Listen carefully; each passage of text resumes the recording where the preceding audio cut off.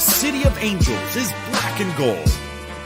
You are listening to the Heart of LAFC podcast. And now, Joseph Zacher.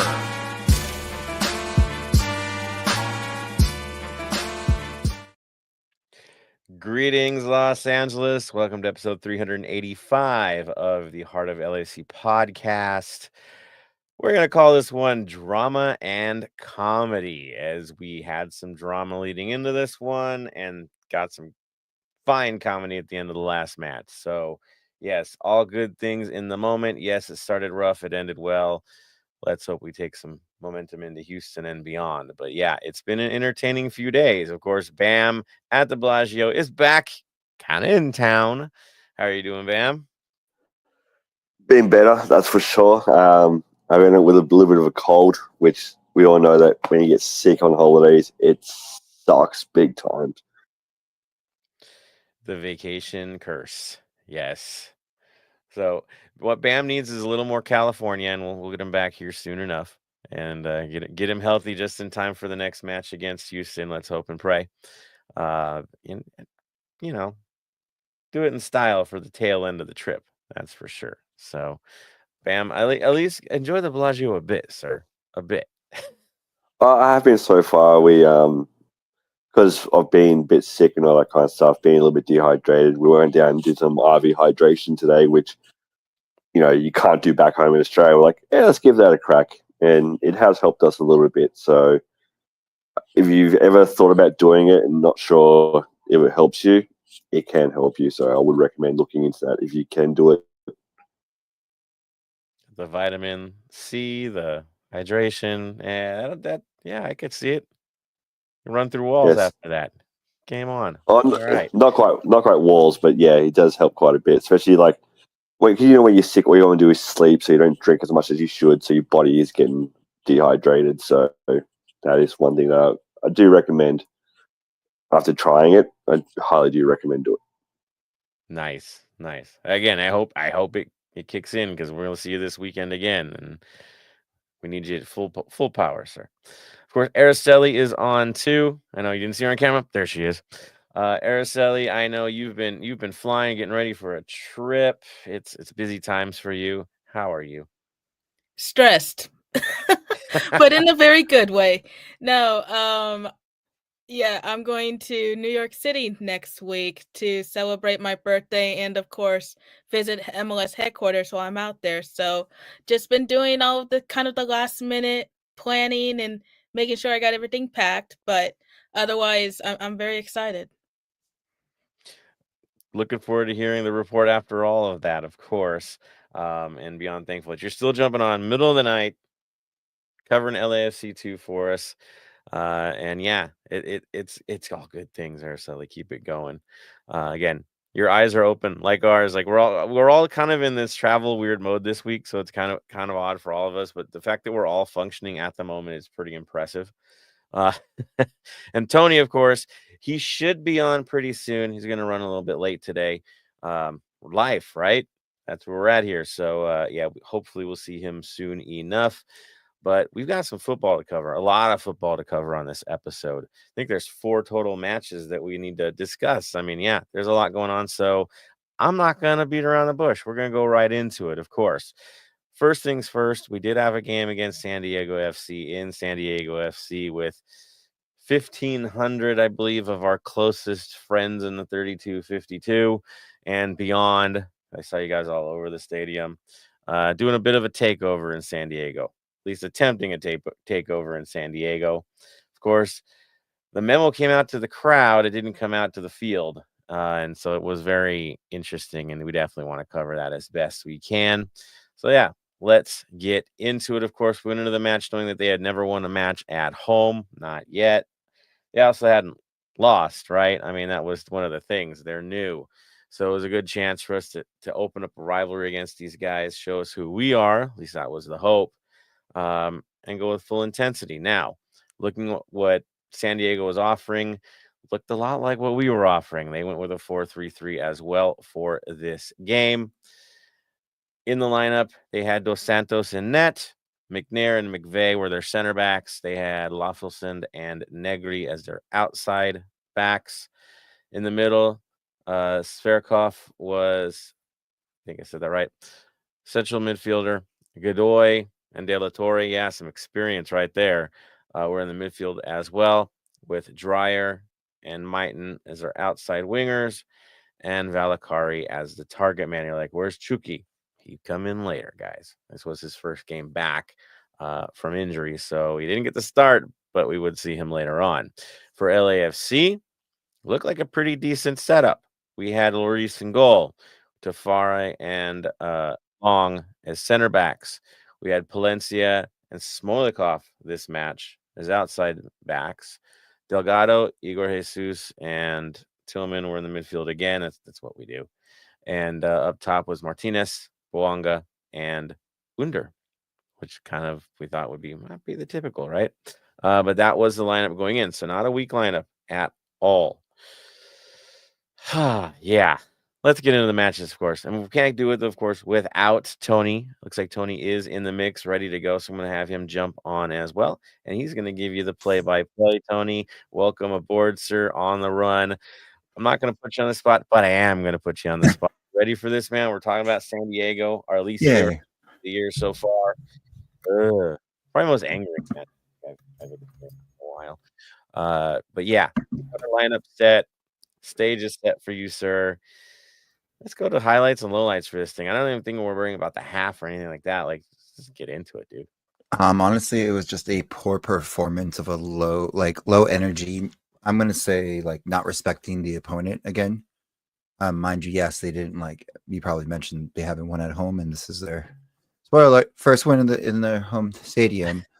But I think it was just a lot of disrespect and everything. Like I said last episode, when we beat SKC, yes, it was a win. We can build on it, but we're supposed to beat that team. You know what I mean? This was going to be a good challenge, and we just started off flat-footed. You know what I mean? All 3 goals were somewhat preventable. Again, a mistake by Lloris is one thing. You know what I mean? Defensively, it was just pretty bad, and all 3 goals is just there was a case that it could have been stopped if we had the energy, and it wasn't until literally at the end of the first half is when we finally picked up everything. Yeah, I mean, the first half, it was quick. Minute 21, minute 33, minute 40. You're down 3-0 going, what the heck just happened? And yeah, like you said, they were cheap. They were cheap giveaways. Pretty much every time is not completing the task, right? The 33rd minute second goal, I mean, that's a dagger. Goalkeeper drops the ball on something that's pretty routine. We have the 40th minute. I think that was the back post goal where nobody's tracking back and following the trailer on the play, and he gets an open net. These are things that are just, they drive me nuts. They drive me nuts because it shows a lack of concentration. I'll go to you, Bam. You were at this game. We had a really elevated view, Bam and I, and yeah, several others. We ended up finding the last possible row to be in this stadium. So we had a top view. It felt like Thornton in his crow's nest, watching this thing break down. But you and I were both observing it a little differently for this. Your thoughts on that first half madness? That first half, yeah. For me, the first half, the biggest problem that I found that we had was we just gave them too much time on the ball. We weren't closing them down. We're giving them 5-10 meters without anybody going near the players. We had no urgency to get the ball at all. It felt like we were just going, here's a ball, let's see what you can do. Are you taking a shot? Cool. Oh, went in. All right, have the ball back. What are you going to do this time? Are you going to take a shot again? Oh, it went in.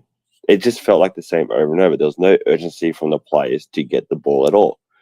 It just felt like that we were just there to be there. We give them the ball and go, yep, cool. Let's see what happens, and hope that they miss.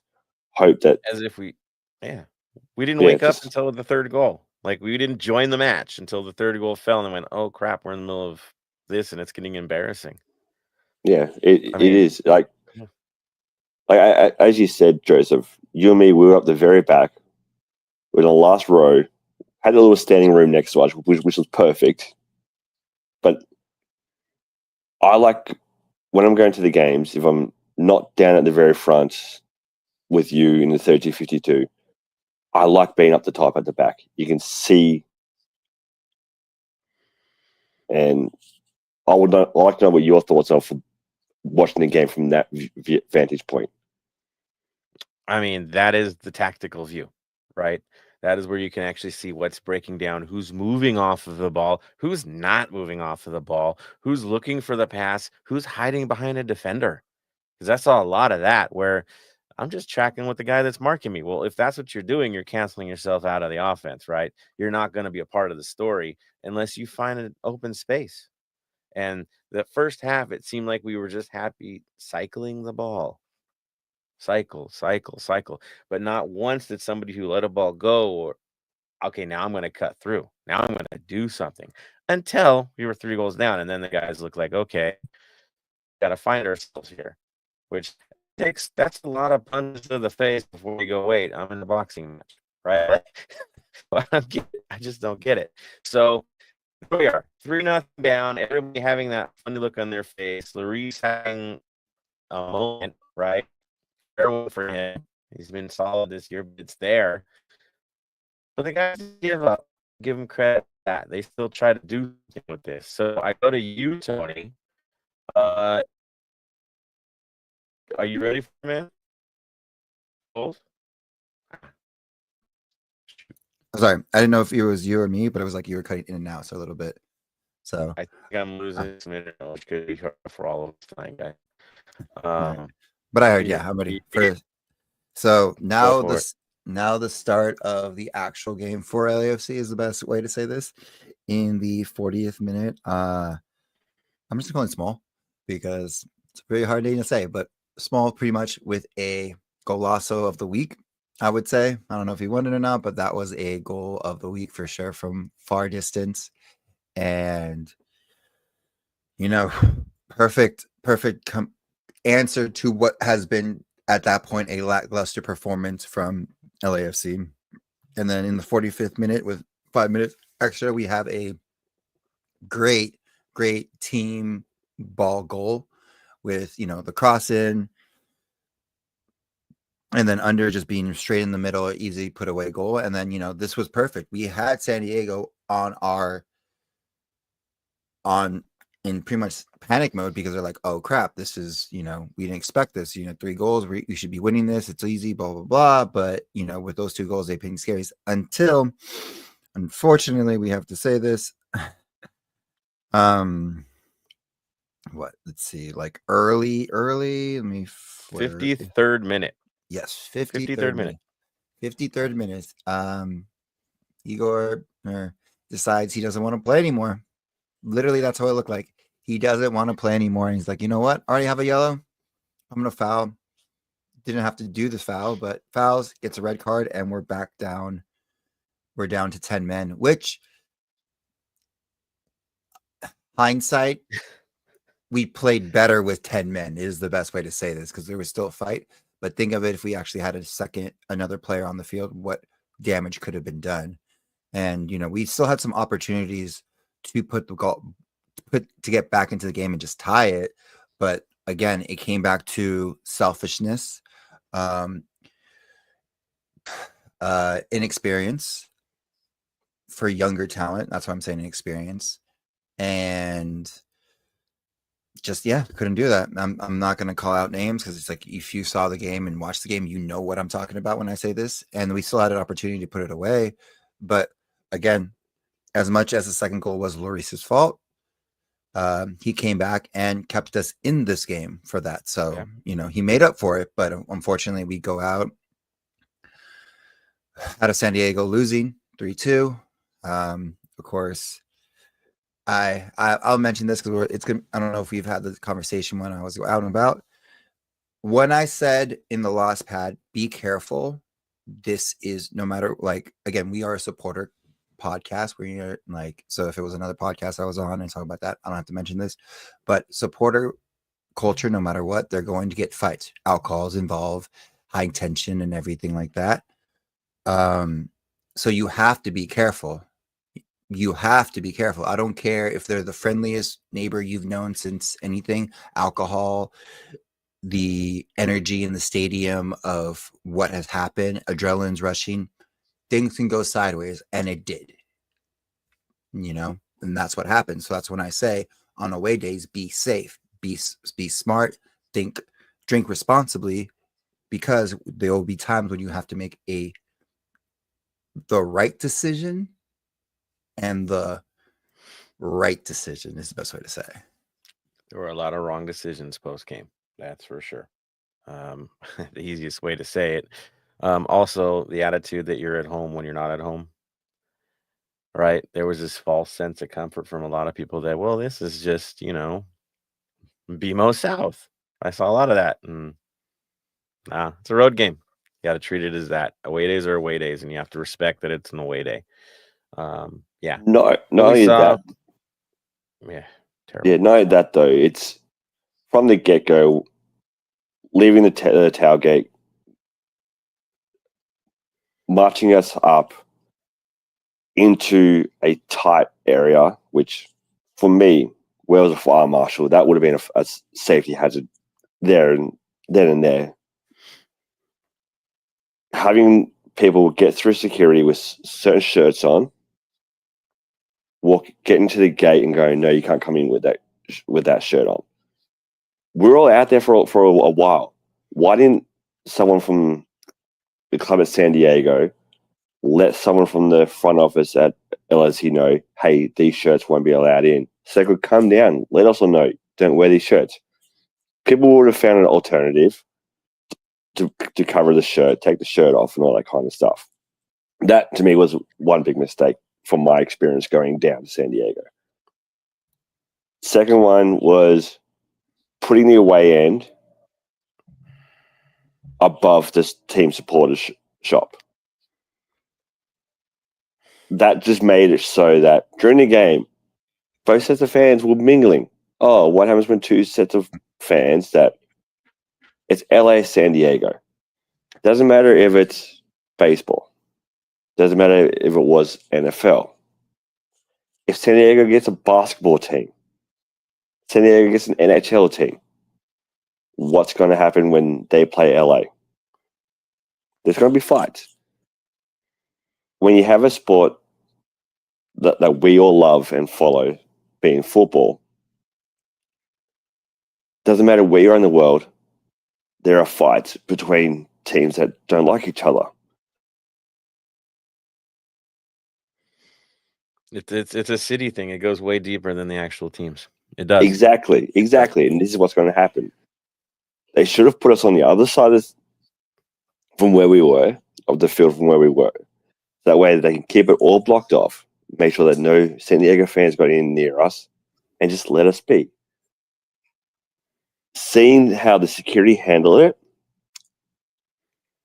I've never seen a more incompetent security team group in my life. Now, back home, we've got this security group that does all sporting events called MSS Security. These guys over just yesterday allowed 2 guys to go to the AFL with handguns, get into the stadium before the police had to get called to help get them rid of. They're more competent than these security guards that you guys had down in San Diego. This is how terrible these security guys were. Now, with that being said, though, I'm going to finish off this little rant with one thing. The biggest thing that I saw that disappointed me the most going down there was something that I'm not going to mention what happened, but it was from one of our supporters towards multiple of our supporters. The boys know what I'm talking about. People know what I'm talking about. That was the biggest disappointment that I had there. You did not treat your own supporters like that, plain and simple. I'll go for it. Don't Just you so want- then I was gonna go for it I'm just first. going to say, yeah. So for me, it was naive. They were naive. It was a college football stadium trying to apply college football norms, which there's fights in college sports, like if you don't separate. So I think it's a little strange, right? what bothered me most was at the end when you're releasing people into a stream of San Diego fans, and then again shuffling them into one gate.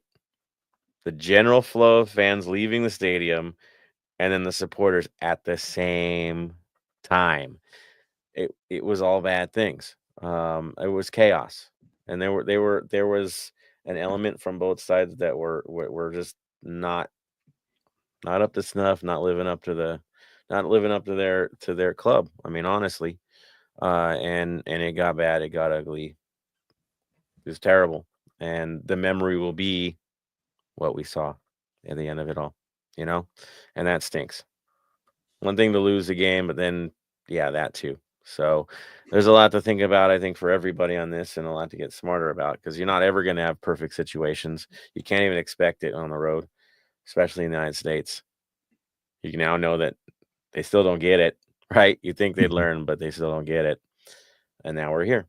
Now we move on and have to make sure that those are held accountable. That's how life works. We're adults at the end of the day. Tony? I was gonna say, like, it almost seems like it was on purpose with the security and stuff like that. Like, a little bit. Again, there's a lot of things that were let down, like, besides just that, I won't say supporters because I don't know who they are, but I don't know if they are, and I don't know if they're fans, but letting them into our section, even if it was paid, you still need to do the buffer. 100% need to still do that. But the other part, which was just, I guess, mind blowing and just crazy, is there's a reason, and I'm glad that, again, this is why I don't say anything, and this is why I'll continue not to say anything, is I will never say which the supporter section is seating, because of, again, supporter section in general, there are rules and that we follow by, and people do get upset and they will fight about it, but at the end of the day, it's the law, and that's how we've always done it in away games. When you throw people who are casuals, and I mean that in the most respectful way, you know what I mean, who are casuals and want to be there with us, as the same thing as North End. These are the rules. This is how we've always done. And, like, you know what I mean? We put in time and effort. And I mean time and effort. There are a lot of things. I know if Joseph's missed, I've missed, Bam has missed as well for it, because of what we're trying to build and trying to make better. And if you don't understand that, I get it. Educate yourself, learn from it. But this is how we do things, and again, more voices can change and stuff like that, but at the end of the day, this is a learning experience for all of us, from San Diego, from us, 3252, everything moving forward. What happens in San Diego, hopefully it changes, but that's the last thing I'll say on the bad of all of San Diego, and let's hopefully move on to something a lot better and brighter. Yeah, I'm with you there. Now, in terms of the football, I think my closing argument would be this: hindsight is always 2020, right? Mm-hmm. I think one foot was in the next match. Mm-hmm. Their heads were focused on Miami more than the guys in front of them on the day, and it friggin' showed. Am I wrong on this, Araceli? Your thoughts on the performance itself, and do you think it was, the letdown before the big match?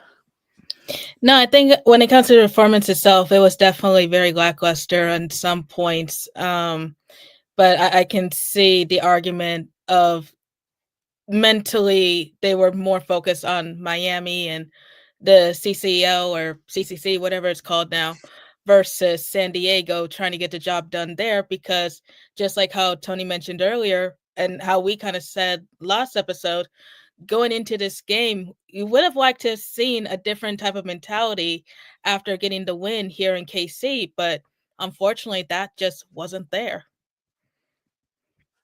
Exactly. It wasn't there. And so we have these moments and we're mad, angry, whatever. We're going to CCL just a few days later. Last night, 8:30 kickoff, total madness. and it's like we're supporting a completely different team. I think there was a lot of concern walking into this match. So here comes CCL Leg 1 quarterfinal. Lineups were rather interesting. I think a lot of us celebrated when we saw the lineup because it was like, hey, that's probably the one.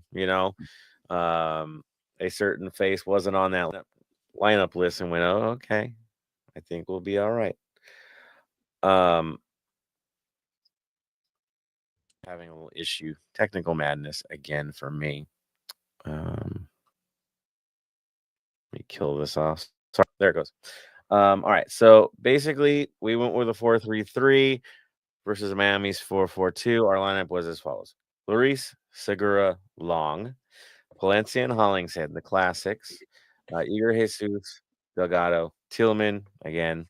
This time it was Under on one side, Bong on the other, and the center forward cover, Ordaz, for this match. I know a lot of us love Martinez.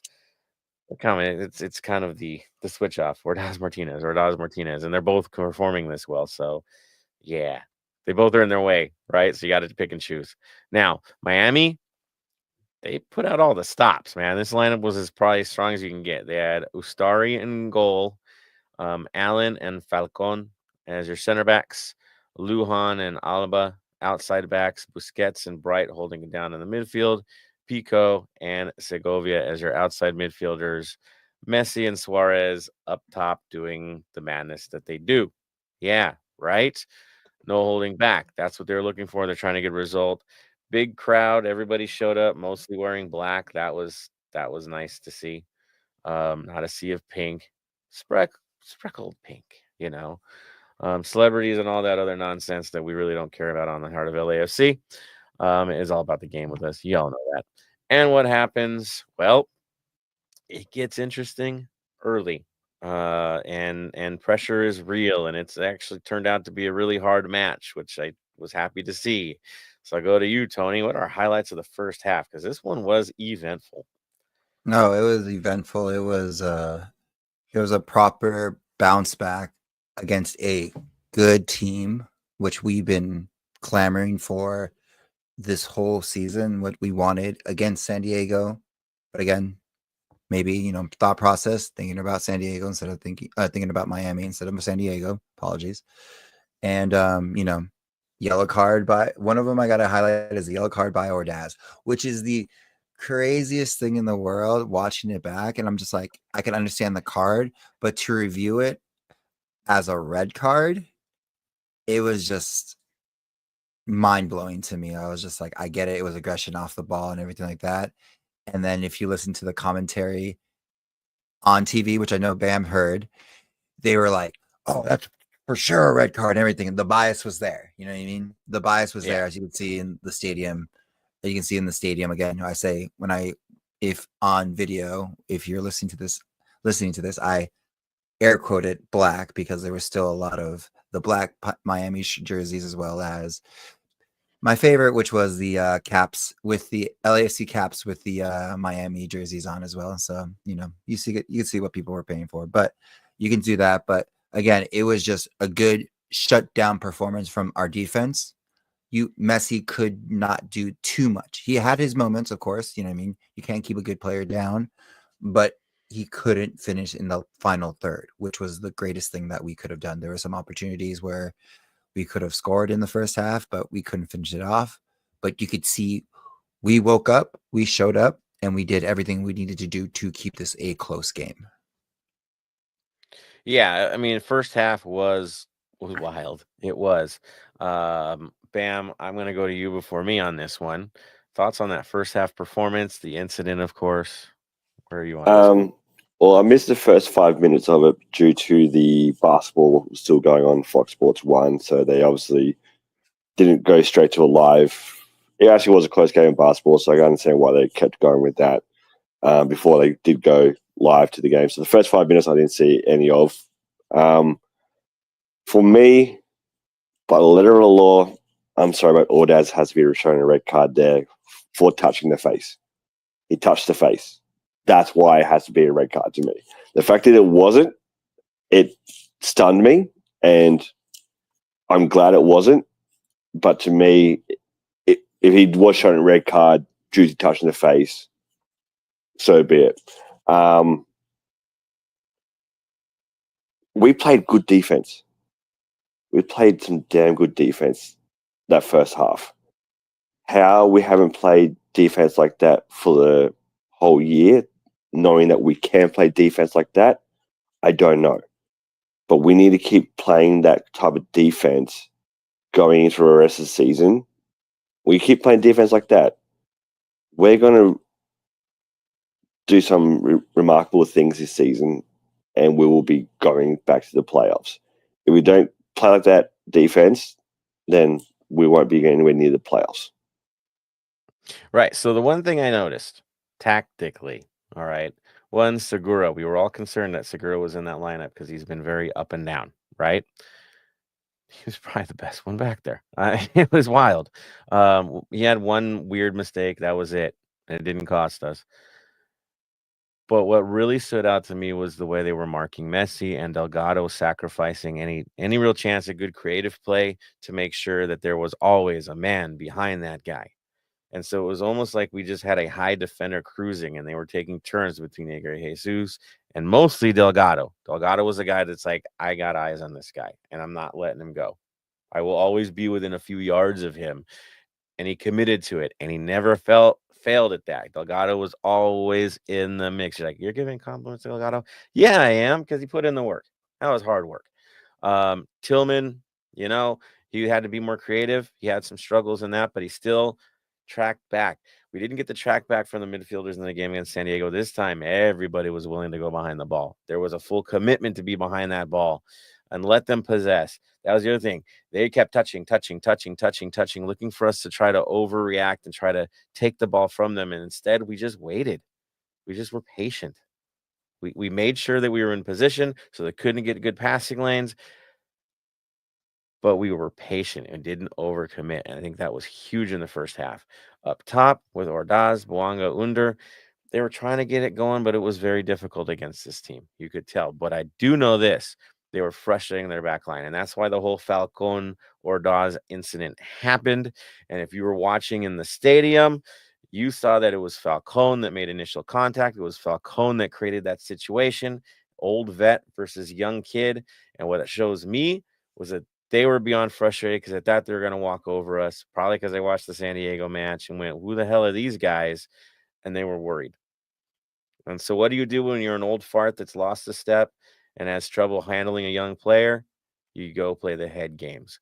And that's what Miami did. And it didn't take them long to figure that out.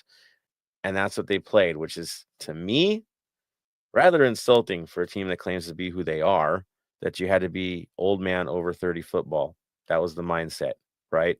Flop, look for a call. Flop, look for a call. Do some dirty stuff off the ball, hope for a reaction.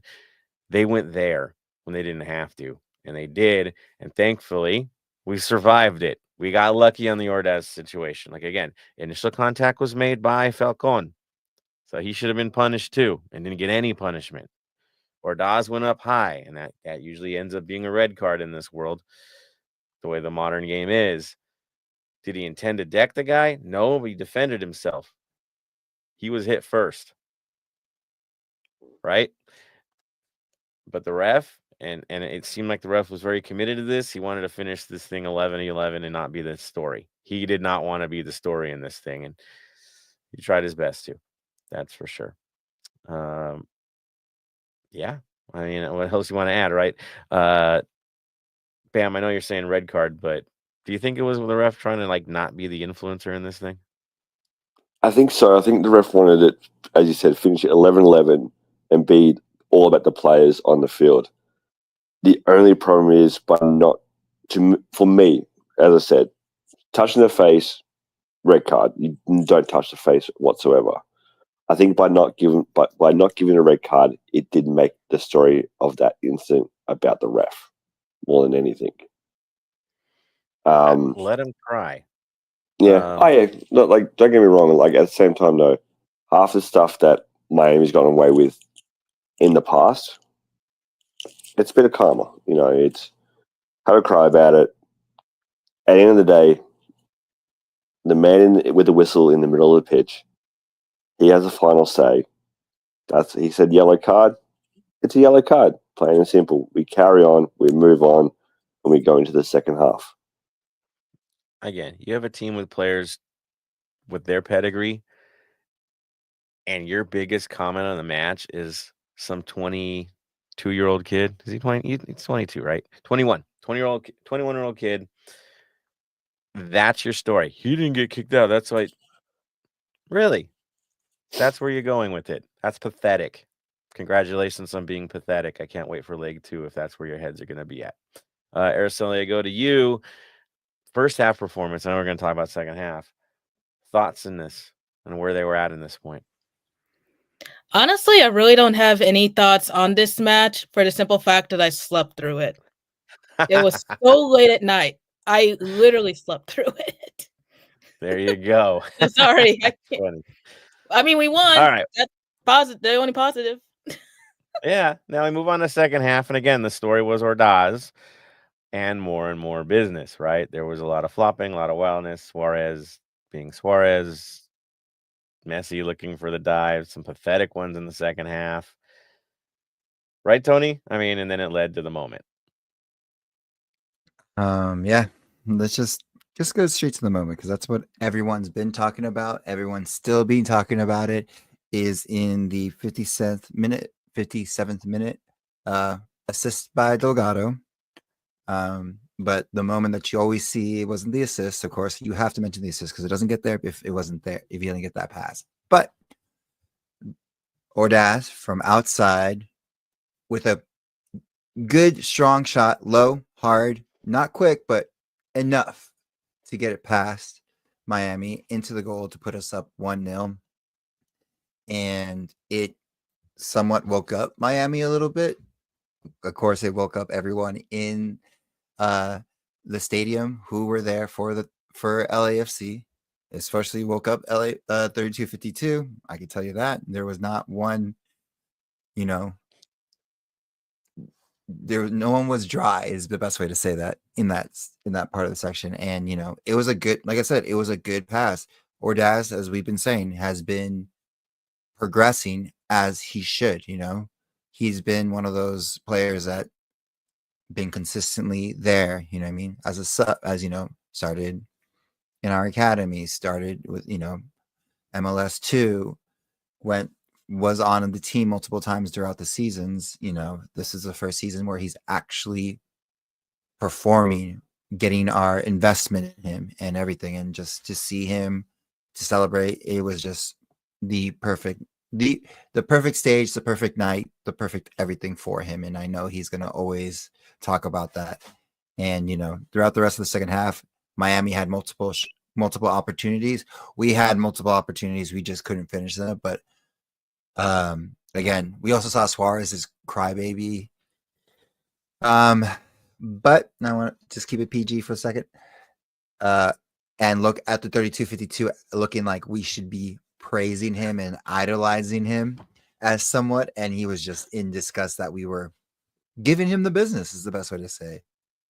Dude, the stare down he did at the boys from the Expos, man, was and he kept doing it. I don't know what was said, but he was mad. And then it's because he's flopping. I mean, the flops were ridiculous in this game.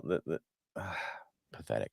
Again, it's pathetic. If you're that player with that pedigree, with your experience and all that you've done in your career, both of them, and your highlights of the night were getting some light free kicks, not executing them, and then the comments are about a 21-year-old kid in a dust-up with a central defender that was a nothing play.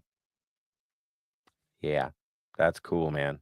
That's cool. And he didn't get your away goal that you needed. That's cool, man.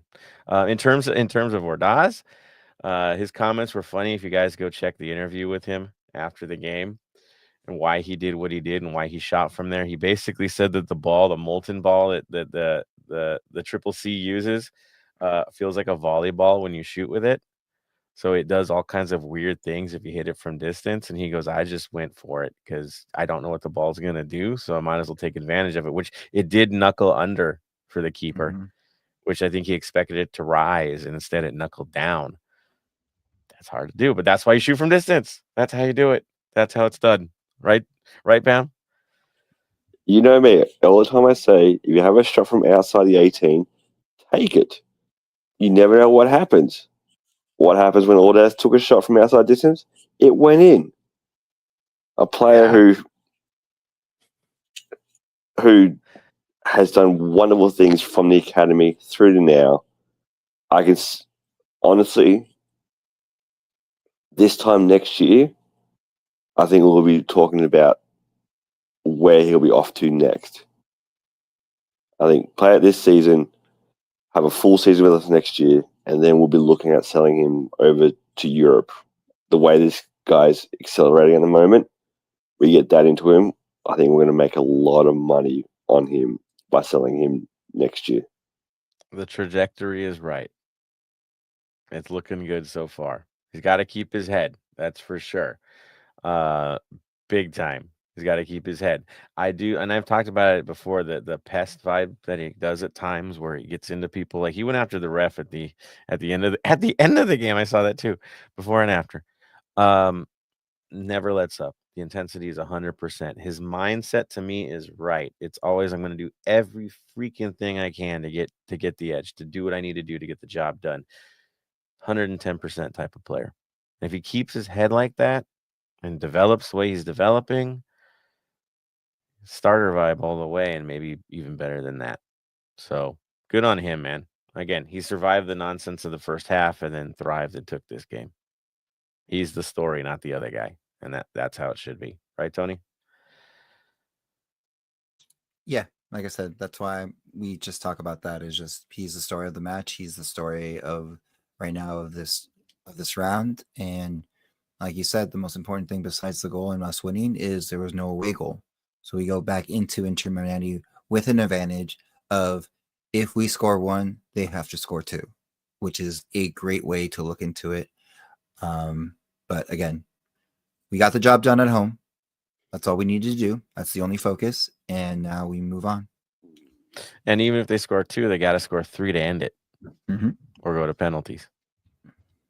So that and yeah, we're there, dude. Like if we get an away goal, they're toast, and we know this now. So do the job. They can't play for a 0-0. That's for sure. This is Miami we're dealing with. You got to still play the counters and keep them honest, and hopefully get one. And it's going to be hard. It's a hard mission, no matter the goal difference situation. It does not matter. It's a whole new game. They're going to come out like crazy for this one. And they will be ready. Busquets will be out for this one. He got himself suspended for all the nonsense he did, I guess, against Under. Right, took that yellow card. But yeah, game on Wednesday. I know a lot of supporters are traveling. Good on you guys for doing that in the middle of the week. I know there's an official LFC watch party that they threw out there that they're taking reservations for on Wednesday. So yeah, 5 p.m. kickoff. That's what it sounds like. 4:30 to enter the door if you get your RSVP in time. It's on. It's definitely on. So have fun with this leg too, guys. Hopefully we have some good news when we move on to the next round. All right. So from that, I see a couple comments. I do want to go to the comments, and we'll talk a little bit about LAFC 2 and beyond. Dave is the man of the hour. He's got all our comments tonight. This is Hola Familia. This is, will the CCC result and form carry the team into the league play? Hopefully. The Diego match was sloppy. The team lacked discipline. True. It says Inter match was on ESPN here in Amsterdam. Was a solid performance. Excellent result. Very happy with that.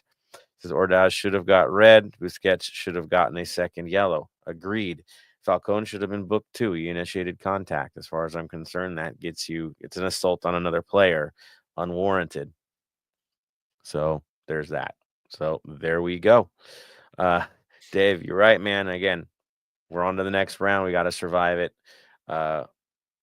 Hopefully carry something into Houston. But hang on. Tough motivation at times when you have that big match looming on Wednesday. So there we are. Of course, what do we do after we talk about the big boys? We talk about the future of the club, LAFC 2. So Araceli in the mix, ready for LAFC 2. I know not so great news in the Open Cup, right? Unfortunately not. LAFC 2's Open Cup run ended in Lancaster. They fell 2-1 in extra time. I will say this about the first half. It felt just like San Diego, very lackluster, sloppy play, unfortunately. But come to the second half, DeCarlo Guerra found a breakthrough in the 64th minute with a perfect finish. Shortly after that, AV Alta FC equalized off a corner, forcing the match to go into extra time, who then, goes on to find the game winner literally right at the death, right at the 120th minute. But I will say that for LAFC 2, they did fight. In the second half, I think that goal really woke them up, especially in extra time. There was a period where it was basically the goalkeepers were exchanging saves, essentially. So, but unfortunately, their Open Cup run ended. They are out. But the boys will be back to regular Next Pro scheduling this weekend while they're on the road in Houston this Sunday. It's a 4:00 kickoff. The match will be streamed on MLSNextPro.com. And I will mention this very quickly since I won't be able to do the show next week. After Houston, the boys are going to have a very quick turnaround as they host Tacoma Defiance on Thursday, April 10th, with a 7:00 kickoff. If you're unable to make the game, the match will be streamed on Apple TV. There it is. There it is. Thank you, Ursula. I had the unfortunate experience of watching the match and how it all went bad for Open Cup. I was really excited. I thought, hey, the kids, they even got a lead, man. It really looked like we were going to pull that thing off. I think the turnover late, it was a turnover is what it was, right? Decision making from a kid at the end of the day versus a bunch of men. So much older side that they were playing. But yeah, it was one of those things where you could have just simply taken the ball out of bounds and been done with it, and then just it bit us. And then they shocked us at the end. So again, experience for the guys, and it felt like it was more of that anyway, getting experience. But they got to move on. You got to move on. Lesson learned. Hopefully, the big boys will get to play in it next year if they respect this tournament a bit more and we get the top side. So there's that. All right, going over to Tony, sir. What do you got for community news? Watch parties, because again, we're away from home for a little bit longer. So first one, of course, we have is Black Army and crew are having a joint watch party at Angry Horse Brewing, 603 West Whittier Boulevard, Montebello, California, 90604. It will kickoff will be at 5:30. The food will be Xander's Barbecue. TSG is holding a women's watch party to continue celebrating women's, women's, pretty much women's empowerment and the month that we just passed by. It will be, of course, at Sorry Not Sorry LA, 11520 West Pico Boulevard. It's kid friendly, so show up. In Cuervos. I was like, who is this? Cuervos will be at 33 Taps, 1240 South Figueroa Street, Los Angeles, California, 915. And Empire Boys will be at 1006 6th Street at A Rancho Cucamonga. I think they're at if I think I remember where they're always at. And Shell Energy Stadium? What? Oh, High Tops. Oh, that's what I was like, what the hell? Sorry, High Tops. The way they did this planners, I was just like, what the hell is the information? I have it written down, but it's like the way I read everything down. I messed up. Sorry, I apologize. Private Public would be at High Tops, Los Feliz. And 420 Originals will be at Mariscos Marias, 5640 West Adams Boulevard, Los Angeles, California, 916. Offsiders will be at Kings Row. And that's all the watch parties for the week. So if you're not going to Houston, be safe out there, of course, like I just said earlier in the show. But come hang out. If you want to see us three, we'll be at Angry Brew That'd be a Angry Horse Brewery. It's a nice brewery. I know we've had some meetings there before. Yeah, it's a good spot.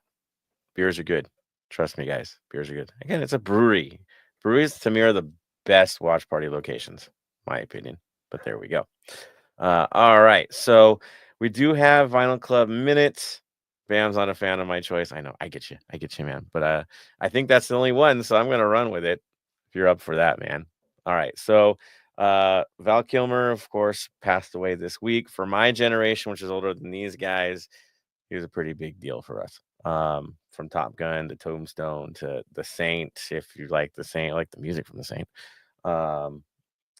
Yeah, I mean, a ton of films, mostly 90s, some late 80s, right? All the way through. But yeah, he did pass away. And the one album that stood out to me that was related to one of the films was From the Saint. Came out in 1997. It was electro and alternative mix, and it's kind of like a who's who during that time in that genre of music. Had a song on that album. It was pretty wild. And like Sneaker Pip's Six Underground was one of the songs on there that was actually released for the film. So that song's still floating around, that's for sure. So I'm gonna go with that one this week. Out of respect for Val Kilmer, and yeah, that's where I'm going with it. Anybody else have another nomination they want to throw into the mix? I was gonna say if you're gonna do Val Kilmer, I would say Highway Zone. Oh yeah, Danger Zone, right? Danger Zone for Top Gun. So Iceman. Yep. Definitely has a good one too. Kenny Loggins. Yeah.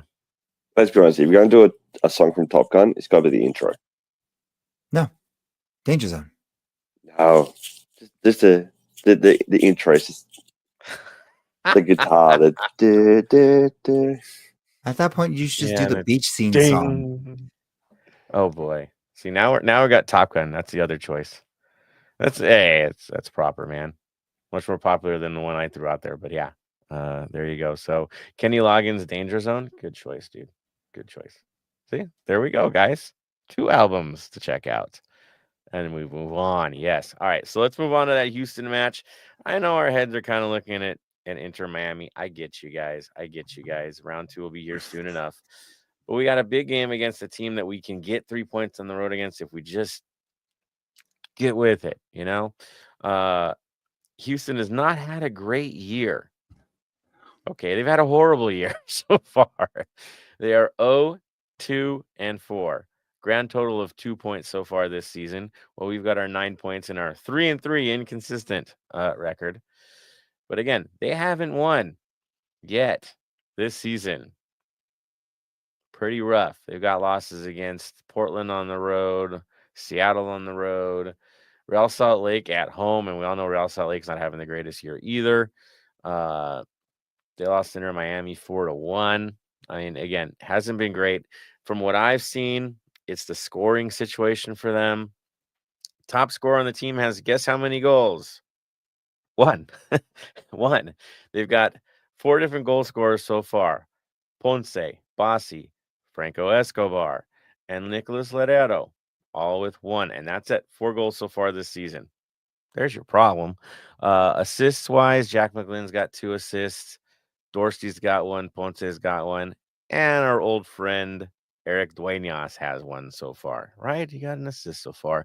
But again, scoring ain't their vibe, and that's been their biggest issue running into this, Bam. You've looked at this team. They don't look like a disaster out there. They're just nothing happening, right? Yeah, that's true. Like, yes, they've obviously got smashed by Miami 4-1. They lost to Portland. They've lost to good teams. But at the same time, though, these are teams that they should also not be losing to. They should be at least tying. They are a good side. They just something isn't clicking, and what it is, I don't know. They just need to. And knowing our luck at the way that we're going in the league at the moment, we're going to be the team that will make them click and get them onto their winning ways. Oh, it always seems like our former players that play for Houston step up beyond it when we play against Houston. Whether it's Escobar, whether it's Blessing, right? Whether it was Corey Baird, I guess, hurt us at some point. it's kind of strange. Funny how they always end up over there.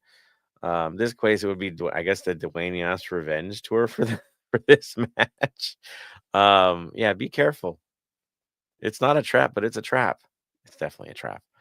I think another thing you can look at is their schedule. Pretty rough, man. On the road to Portland, on the road to Seattle, on the road to Columbus so far this year, and then playing Miami at home. Those are not that's not nice. Whoever did the schedule is like evil. But yeah, I could see where they've got it. But yeah, again, scoring is their big issue. So we'll see what is against us. I think it is about us. What are we going to field for this match, knowing that Wednesday is so huge for the club? Do we rest guys? Do we go with a modified lineup to keep things fresh so guys aren't dialed out? I think that's our bigger question is how are we going to approach these guys? We know they're having problems, but we haven't looked great on the road at all this year. You look to Seattle, you look to San Diego, and it was bad. So, yeah, who gets the minutes in this match? Is it going to be Lloris in goal, or are we going to bring the other guy in? There's 2 keepers that we could bring in this match that could handle, 3 on our roster that could probably handle. I'll go to you, Bam. I mean, are you expecting a modified lineup, or are we going to try to perfect what we're going to work with on Wednesday? Oh, can't hear you. There we go. I do expect a modified to a degree, but for me, resting a keeper is just not worth it. You got to, for a keeper, you need to keep them on their toes, keep them running, all that kind of stuff. So for me, Lloris has to start. Just be Mr. Consistency. Okay. Yeah. That's your thoughts. Get All those right. repetitions in. I don't think anybody else think that that's going to be the case or not going to be the case. Or we're all kind of going, well, it's going to be Lloris. Lloris. Going to be Lloris. All right. Backline questions. Araceli, if you're setting your backline for this match against Houston, who are you going to throw out there? Or who do you think they're going to throw out there? You know, Hollingshead is kind of a given. I will maybe Long. Is Chanel back? I haven't really been paying Chanel's attention. back. He was warming Chanel's up. back. Okay. Yep. Like to see him in there. I don't know. I would like to see a little bit of a modified lineup, considering both squads will be on the ground in Houston, but I don't know. That's a good question for the fourth one. Ooh, Tony, your backline? We have to rest people, but it's just like, I know the turnaround is going to be to Miami, but I just kind of, I know it's still early in the season. We still have a long season to go, but I think we just keep the momentum going and keep the same lineup that we had last time. So, Hollingshead. Injury risk. Well, it's like an injury risk, but it's just we need, like, I know we're focused on Miami, but it's like we've done this before where we've had like, oh, we'll put all our eggs in one basket and in the Dolo era and gotten nothing from it. Oh, we're gonna rest these people and do this. It's like, nah, I'd rather just not keep the backline a little bit. We have our backline the way it is. There's not that much we can change. Again, maybe put in Marlon because he was back. He was back last game. So yeah. So here's my weird vibe. At least if I was gonna run with this and be like, hey, I need guys with some time on ball, I would go with Marlon and Chanot for this match. Keep Long out of the lineup as best I possibly can because the guy needs to rest. He's playing every freaking minute. I would go with our Ukrainian kid on the left and let Hollingshead and I want to say Escobar because he used to play for us, but Palencia split minutes with those 2, right? They go off for each other. And be done with it on the back line and get through this match. Midfield situation, I don't think we have many options. It would probably be the same 3 guys because I just don't see us functioning with anybody else at this stage. And up top, I mean, I'd get real weird and not put Bouanga, but he's going to play. He plays. Bouanga plays. But I would think in this case, it would probably be Bouanga, Martinez, and Under because Under needs more, right? He needs more. He needs to gel. And then Ordaz would just come in for Martinez, limit the minutes to keep him healthy. That'd be my vibe. Bam, your thoughts on the rest of the lineup? Well, don't forget, what would be Jesus is off red carded for this game. Yeah, he can't play. So He can't play. For me, I agree with Odin. I agree with your Marlon, Chanot, and the Ukrainian kid Smolikov. Yeah, but I reckon put is it Tafiri, the other defender? Yeah, put him out there because our defense does need a break from the way that they played last night. Give them a little bit of a break going into this match. Then I'd for the midfield.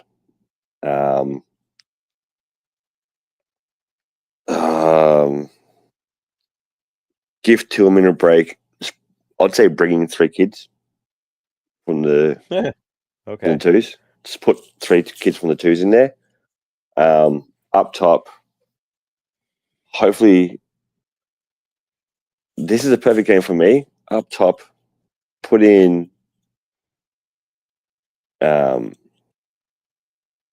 Bouanga, because he's not going to want to miss this. Bouanga's the type of player that he will play every minute that he can for the club. He just loves to play, plain and simple. So he was going to play. Put in Giroud, and hopefully, if he's fit enough, Ibobasi, put the 3 old heads up top. I mean, a little slow, but I get you. I feel like Martinez is going to get in lineup because he was limited to so little minutes in the last match that he's going to get play. The other name that slipped my mind, but I'm back now. Yaya Boa, outside back, could play either side. And he hasn't been getting the minutes. No. Is this that match where you let Valencia and Hollingshead rest and he now gets into this lineup? I'll go to you, Araceli. Any chances Yaya Boa gets significant minutes in this thing? I would like to see him get minutes, but I see with Bowo getting more minutes than him. So, and as far as like up top goes, I do agree with Bam. Kind of started off slow per se in the first half, and then bring in our dads in the second. That's where I'm kind of at with that. There we go. Yeah, I mean, Ebobase, I think he's still listed as not there, and I didn't see him warming up in the last match, so I don't think we're gonna see him. Odin though, because y'all mentioning guys needing a rest. I mean, the few minutes we've seen with Odin Holm has been, I think, good. I think he's been fine. He looks comfortable out there, and he'll only build on that. That's for sure. Some offensive needs we saw in the last one, but defensively, no worries. I think we're good. Yeah. So that's the lineups we're at, guys. Tony, anything else you want to add into this bad boy? Nothing else for the lineups. Like, we're good. Like, they just need to go out there and do what they need to do. No injuries, no excessive lingering injuries. That's also pulled, and just focus on this game, try to get 3 points, and then yeah, I'm kind of there, guys. Like I said, to me, it's a match where I don't want to risk anyone. I want to move on, but we'll see how the team goes. They don't play that way. You know how these guys are. So modified maybe, but close to the same ones. Bam, you still able to connect on? You good, man? Yeah, absolutely. All right. So I think we've made our choices. We know where we're at. We're going to close this bad boy out, get ready for a couple good games ahead. So final thoughts. I'm going to go to Araceli first since she got on first today. Your thoughts, final thoughts. Final thoughts for me, if anybody is traveling down to Houston, whether if it's for the match on Saturday or for both matches, safe travels. Because I actually just looked at the weather right now, and on Saturday, there's a 70% chance of thunderstorms with high temps. And from a Midwesterner, that's perfect tornado recipe right there. I'm just saying.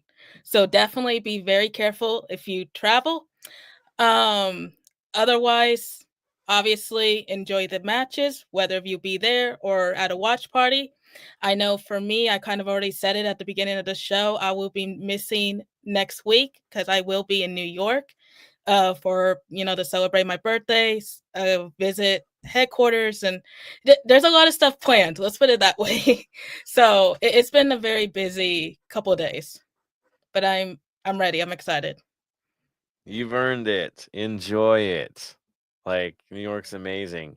Thank you for mentioning the weather. That's another tradition we have in Houston is weather delays. We have the worst weather delay luck. It's always insane.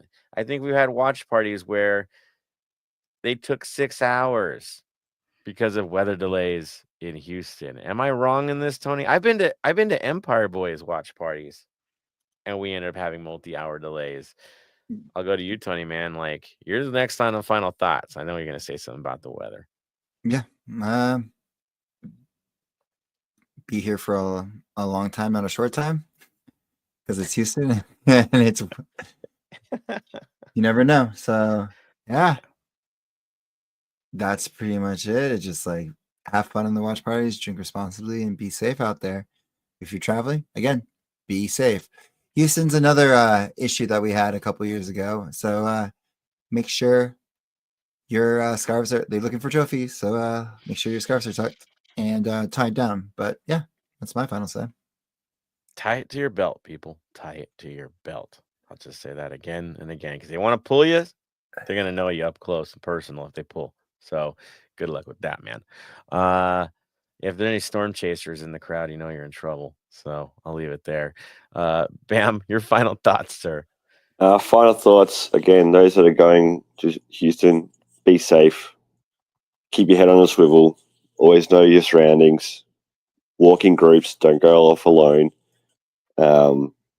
Obviously, me being in Sin City at the moment, Las Vegas, I have seen some interesting things happening on the gaming floor. I don't talk about it much, but gamble responsibly. Gamble to lose. Gamble to have fun. It does come down and affect your mental health. It can affect relationships, all that kind of stuff. Mental health is important. It's okay to not be okay. Reach out to your friends and family. There are support lines out there. Conversations can change and save a life. Reach out and be a good person. Essential words from Bam. Thank you, Bam, for that. Yes, he's seen the ups and downs. He's seen some downs over there. That's for sure. That's Vegas, man. Like, again, you don't build palaces off of winners. So there goes that. But you can definitely build a football stadium and a club culture off of winners. So we got potential, guys. Let's get it right. I think for my final comments, it'll be the same thing for the travelers, because travel is going to both cities. Respect the road, man. Be smart. Use your heads. Travel in numbers. Do the basics for a supporter to get home safe at the end of the day. And when you're in the stands, give every freaking thing you got. The boys need you, especially with these two games. It's a slog. So have a good time. Be careful. Do what you got to do. Going to the watch parties, again, look out for each other for that as well. That is essential so everybody gets home safe. We move on to the next stage. On that note, let's go with the final word. That's how it plays. Araceli, final word. Stay golden. Tony. Stay golden, Los Angeles. Oh, Bam. Stay golden. And get well soon, Bam. And from me to you, stay golden, Los Angeles.